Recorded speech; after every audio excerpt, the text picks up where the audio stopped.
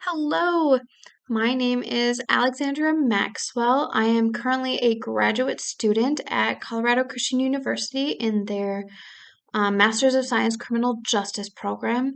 And if you're here on my YouTube channel because you've been following me on Facebook or Instagram, or maybe you've seen me at an in-person event, like a poetry reading, and you wanted to know what I was up to, so you Googled me, I don't know. Um, you might be surprised that I'm currently getting my Master's of Science in Criminal Justice, but I will leave the link down below to a very lengthy email that I wrote about this, but I will highlight a couple points on that email. But if you want more information, that's the place to go. So, I started a crime fiction short story in my undergrad, and that summer after I graduated, it became a novel. I guess sometime during the semester that I was writing it, I realized it was going to end up being a novel because it was way too much to keep in one short story. Fast forward like a year or two, and it was a trilogy, and that was going to be it. Um, and then a couple years later, it was going to be a six-book series. And then in 2021, I decided it was going to be a seven-book series. And I'm pretty sure that's the end of it. It's going to be seven books. I might have some like short stories or novella spin-offs of it, but I think I'm going to just keep it to that seven books because um, the seventh book that I have planned really, it's the capstone. It ends it in a way that's really meaningful and I just can't fathom at this point another book, but I guess that doesn't mean it won't happen. That's just not the plan right now. But on my blog this year, you can go and read for free the first Jack Johnson novel. So the working title is Ring by Spring. And I guess by the time it's going to print, in a paperback copy, that might change, but that's kind of been the name it's had since it morphed from a short story into a novel. So I might just end up keeping it for sentiment's sake. But it is A Ring by Spring, and the first chapter will be released on my blog on my birthday, January 13th. So happy 27th birthday. I'm giving you my new crime fiction novel, first chapter for free. So all of the chapters are going to be for free. I do have ads on my site, and ads were one way that I could make a living doing what I love, which is writing, without passing the cost off to you in the form of a subscription or locking my fiction and blog posts behind a paywall because I really didn't want to do that. Um, but if you're a reader who would have wanted to pay for a subscription anyways, or if you read one of the chapters and you're like, oh my goodness, I love this, and you want to buy me a cup of coffee or just, I don't know, tip me, I do have a tip jar graphic at the bottom of that blog page. So if you're interested, you can do that. But seriously, don't feel like you have to. That's just I thought if I wasn't going to lock it behind a paywall, I'd just give people that option. But I've got ads, so thank you in advance for not minding scrolling past ads to read my blog posts. I really appreciate you reading anyways, even with ads. But my Master's of Science in Criminal Justice, that's been a recent-ish development. I guess I knew by June of 2022 that I was going to get my Master's of Science in Criminal Justice. In August, I found the program that I wanted to go through and I submitted an application and was accepted and enrolled. And in October of 2022, I started my first class, which was the investigative process. Um, as you can tell from the look on my face, I did enjoy it. I feel like enjoyed's maybe the wrong word because we were studying some really heavy topics like what do you do about false convictions? How do we deal with that? How do we deal with wrongful executions because they happen? Like uh, that happens within the American judicial system. How do we grapple with that? How do we come to terms with that? Can it be fixed? I don't know. Um, we studied how social media can impact um, criminal investigations. So I don't want to share with you verbatim what we learned in class. I mean, that's illegal. That would violate copyright law. And as an author and writer and blogger, like I don't want someone to do that to me, so I'm not going to do that to my professors. But I will be taking the things that I'm learning in my classes and applying them to maybe other cases or crime fiction books that show that. So I will be sharing what I'm learning in class, but I'll be sharing it in a synthesized my take on it. Because I understand that as a crime fiction writer, getting her Master's of Science in Criminal Justice, that's not something that every crime fiction writer can do, wants to do. But there were times before I got into my master's program that I would just feel stuck with my plotline because I'm like, I don't even know what happens. Like, I didn't even know the word adjudication. Maybe I learned that in high school. I doubt it because it felt like a new word to me in that class. Guys, I had to do so much extra research to keep up with my classmates because they all work vocationally in the criminal justice field, the criminal justice system, or they're students, they're professional students. They got their bachelor's in criminal justice and now they're working on their master's and maybe they'll go on to get their doctorate. I just felt in over my head. Um, And I've been comparing my master's degree with my husband's because he's going back to school as well right now. And so it's been fun to be college students together. But he has a lot of reading. He has a lot of reading like I did with my undergraduate. My English degree, there would be weeks where I would have like 500 pages I needed to read. And it wasn't like read this 500-page book. It was like read like 100 pages out of these 5 books for 5 different classes. And it was just insane. But that's where my husband's at right now is a lot of reading. My class didn't have a lot of reading assigned, but I had to go and find a lot of articles, um, like peer-reviewed scholarly sources from the university's library database, just to keep up in the discussions. And so so I'm thinking I can only take one class this semester because otherwise it's just really intense. Um, But I will be sharing a synthesized version of what I'm learning. And so let me back up to the blog post. So I'll be releasing a chapter of Jack Johnson, one whole chapter at a time. But the first book is 32 chapters, so it's not 52 chapters. I've got 20 weeks out of the year where I'm not going to have a chapter go out. So I was like, what do I do with those 20 weeks? So I am going to be filling those 20 weeks with blog posts where I talk about what I'm learning in class or current issues in the criminal justice system and maybe ways to reform it.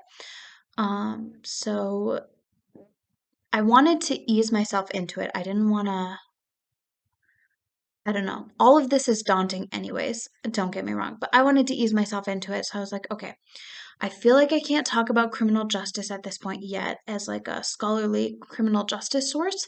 But I feel like I can talk about criminal justice as a fiction writer because I've been a writer for so long. So the first blog series that I'm doing that's not the Jack Johnson on this criminal justice page is criminal evidence for writers. And the first post is about the federal rules of evidence. And with that, I wanted to do a case study to highlight it. So I figured some weeks I would do a case study highlighting these principles that I'm talking about, like a real live case. And other weeks I would do a short story or a crime fiction novel that I thought um, either best encapsulated this element that we're talking about on the blog or did the worst job of utilizing it. Um, so that blog post will be up soon. I'm still working on it. So this video might air before that blog post, and that's just going to have to be okay. But the case I am looking at for this is the King Road homicides in Moscow, Idaho. That happened directly after my class ended. It was like a week, I think. And so I took investigative process and then that happened. And so I've been closely following this case because I'm like, this is what we just learned about. Like we just talked about these things.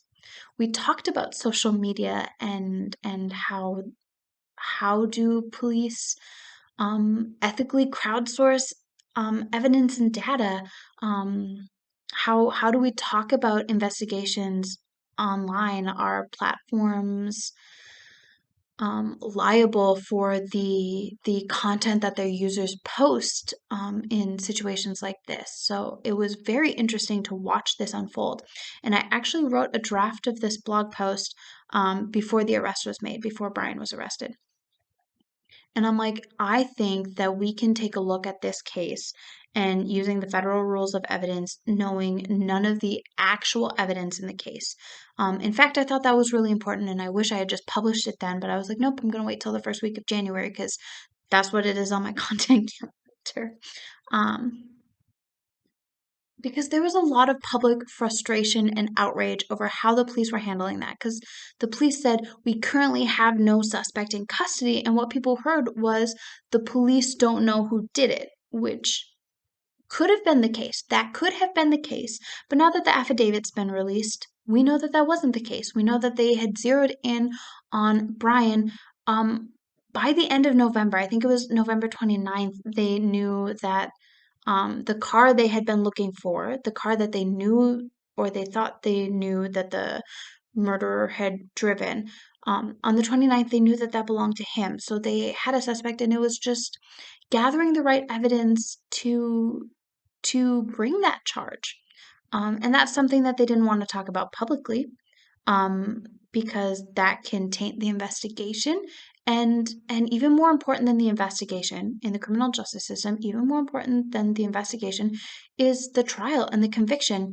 If the investigation's tainted, that can result in a mistrial. And then even if you know who the suspect is, um, sorry, one moment.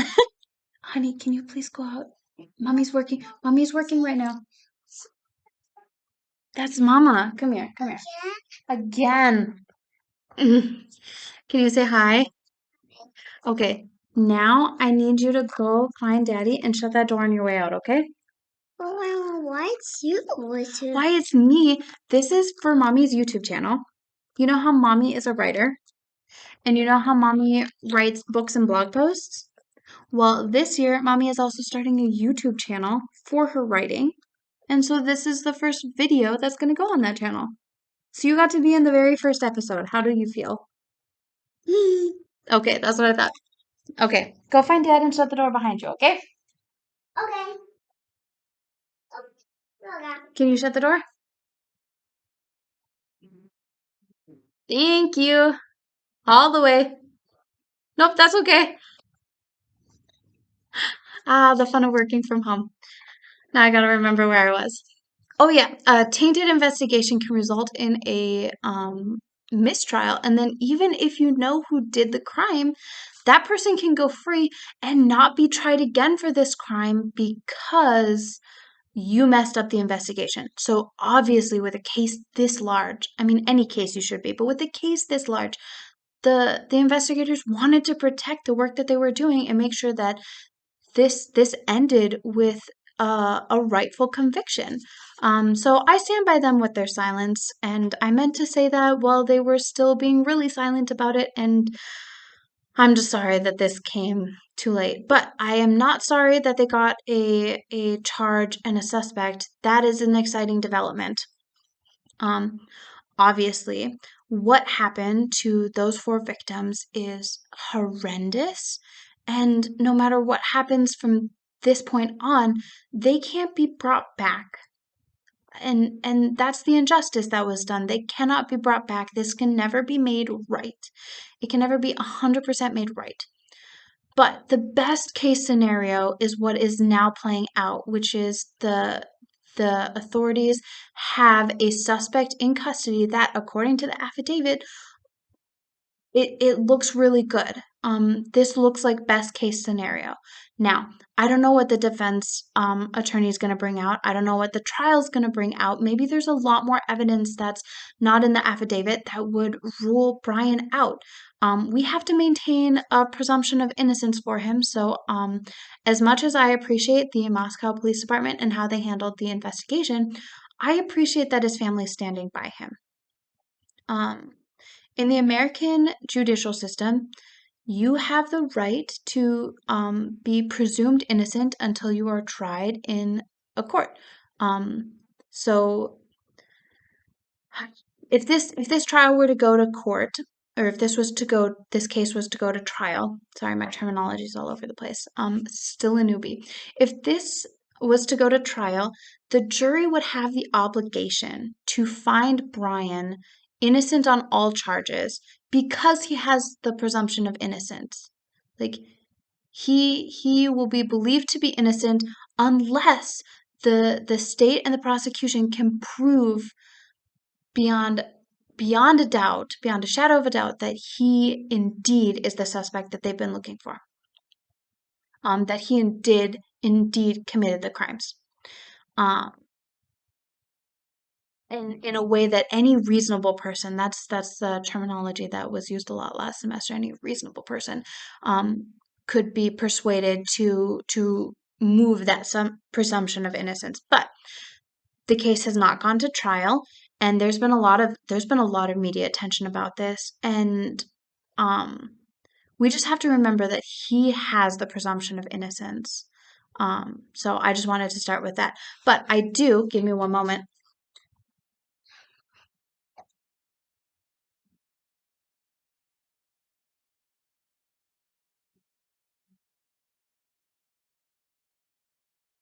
I feel like sorry, I got really close to the camera and just talked at you.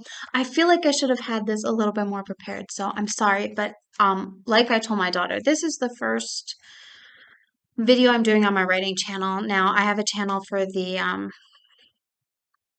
house renovation my husband and I have been working on. So this project, my Master's of Science in Criminal Justice, my crime fiction series coming out, this YouTube channel, this is what I do for work. Like I told my daughter, this is what I do for work. But before I started writing about these topics in particular, I was writing about homesteading and home renovation. Because my husband and I were given a 100-plus-year-old farmhouse that we were able to renovate. And we're looking to put a renter in it hopefully soon because we're no longer living in the state that house is in. Um, our lives changed. I don't know what's going on anymore. I know that currently we're where we're supposed to be, but it was a very confusing road to get here. But anyways, I do have a YouTube channel for the home renovations, and the third episode should be airing soon. Um, so the house is done, the YouTube channel is behind the times, but the videos are really fun. And if you enjoy like home renovations, you may enjoy watching them. So you can look for that later. Anyways, this is my first time doing like a this style YouTube video, but I have the affidavit right here. I printed off a hard copy. Like I said, um, this case happened right after I got done with my investigative process class. So I've been printing off the press releases from the Moscow Police Department and now printing off the legal documents because, excuse me, the investigative process class wasn't just like, here's how police gather evidence. It was, here's how police gather evidence in a way that results in a right conviction, because that's the goal. The goal is a right conviction. So, how do police gather evidence in a way that results in a right conviction? And so that's what my crime fiction series, Criminal Evidence for Writers, is. Because I think sometimes writers, myself included, will look at, okay, we're only interested in catching a suspect. That's all the reader is interested in, catching a suspect. But even if that's all the reader is interested in, um, that's not going to be what your investigating officers are interested in. So you're going to need to know the bigger story. You're going to need to know more than just the evidence you include in your crime fiction novel. And you may have to write your police officer from the perspective of, okay, let's say this went to trial. How's the trial going to go? What are they going to need there for a conviction? Because that's the evidence we're going to have to plant earlier in the novel, you know? So anyways, I've been printing these things off so that I have them for reference, because the criminal justice master's student in me is very much interested in how this plays out because this is the first major case that happened after that class, and I've been able to watch it step by step. But then the fiction writer in me is also interested.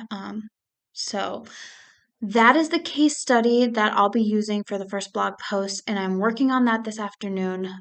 So super excited about that. Um, I may do a second follow-up video, just talking about that course, that case in particular.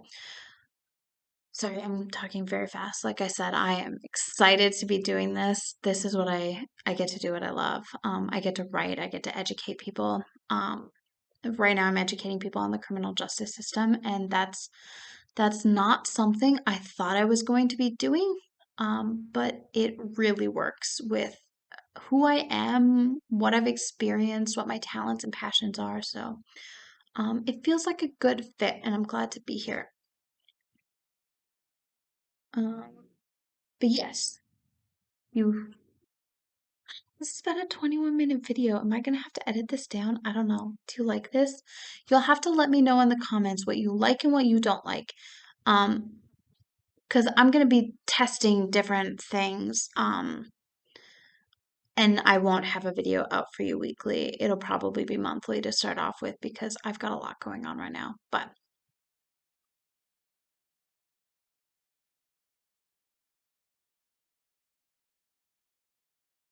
I think that's all I have for you.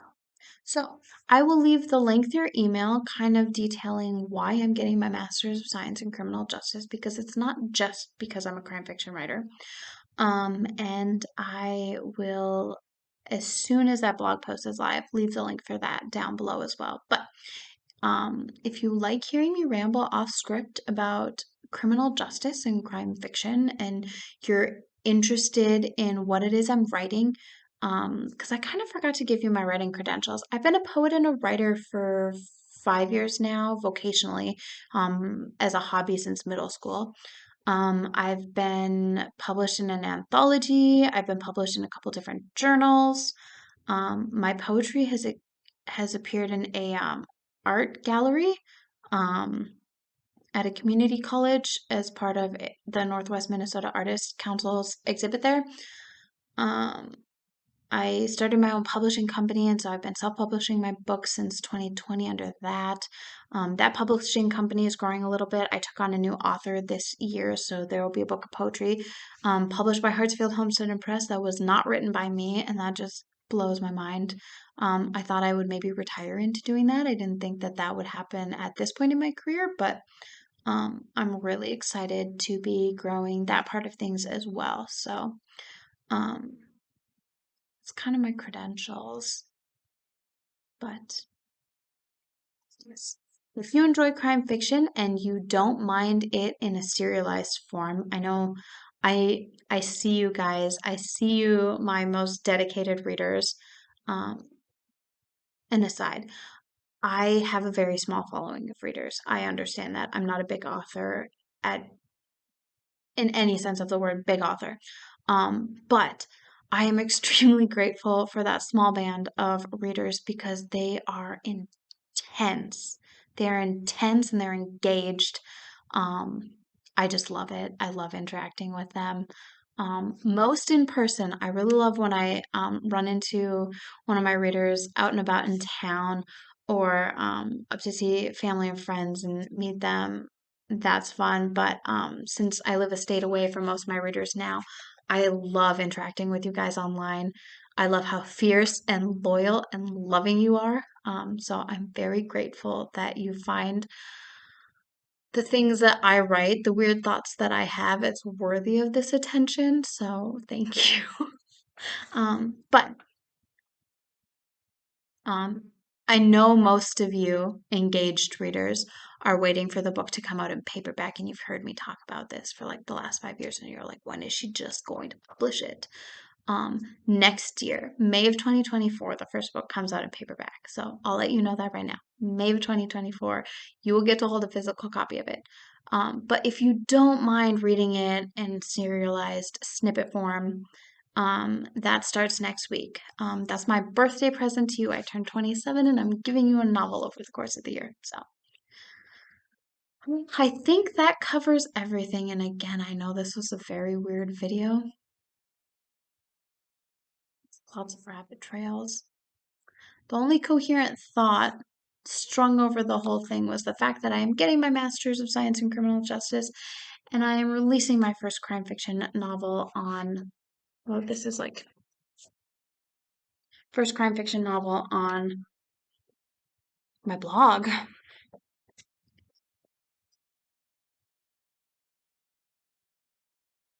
But I will probably have to edit this video and edit these things out because I'm just